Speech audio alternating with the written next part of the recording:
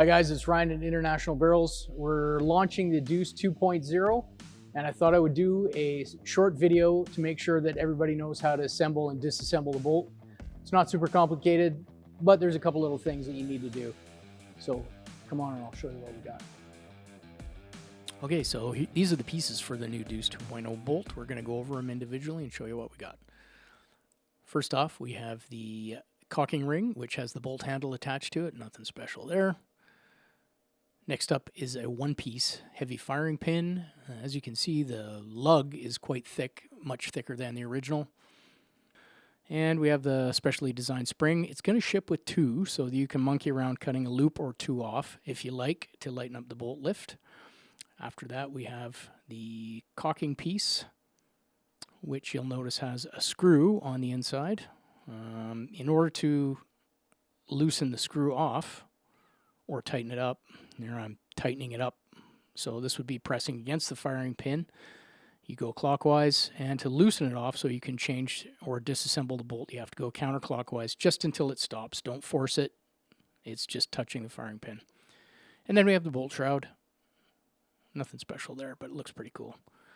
And we have the bolt body with the big honking extractors at the top, as you can see there.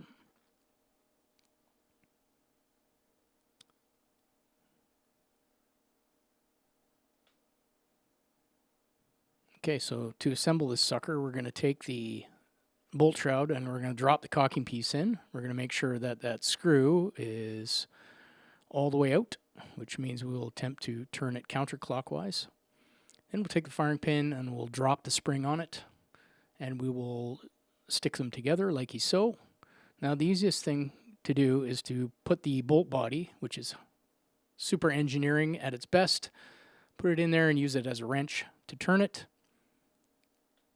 It'll click into the extractors. We'll push it up against something, and with your thumb hold the caulking piece down while you're pressing it in and give it a twist. Usually one or two twists and it goes together. You'll see it when the caulking piece slides down.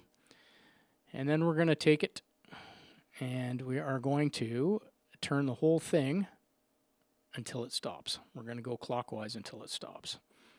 It's quite a bit of winding here, but you just keep going until it stops. It's compressing the spring.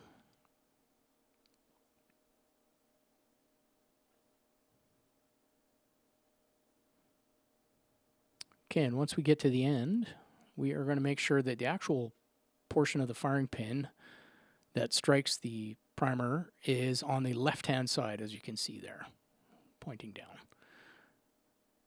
Now we're going to put that back on, and we're going to give it 7 turns out. So that will be counterclockwise, 7 turns only. And we want to end up with the firing pin protruding on the same left side. Once we have that, we're going to drop it into the caulking piece, and we're going to slip it into the bolt body, but you're going to see a slot there, so you need to line all that up, and you might have to jiggle it a bit to get it into the firing pin slot and give it a twist, like so. And then you want the caulking piece and the shroud lock to line up, and then Bob's your uncle. It's in there. Now what you want to do is check for protrusion a little bit. You can make sure that the protrusion is looking good. Caulk it again and turn the screw in the caulking piece clockwise until it stops. Don't force it, just enough pressure to stop it. All that does is hold the firing pin up and down and stops it from turning. And that's basically your assembly and disassembly all together. Now we want to lube this guy.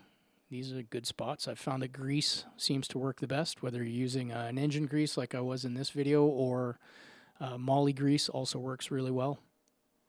Put it on the lugs, and it likes to run wet. Give it a couple of caulking actions to make sure that grease is good to go. And there you are. It's ready for action.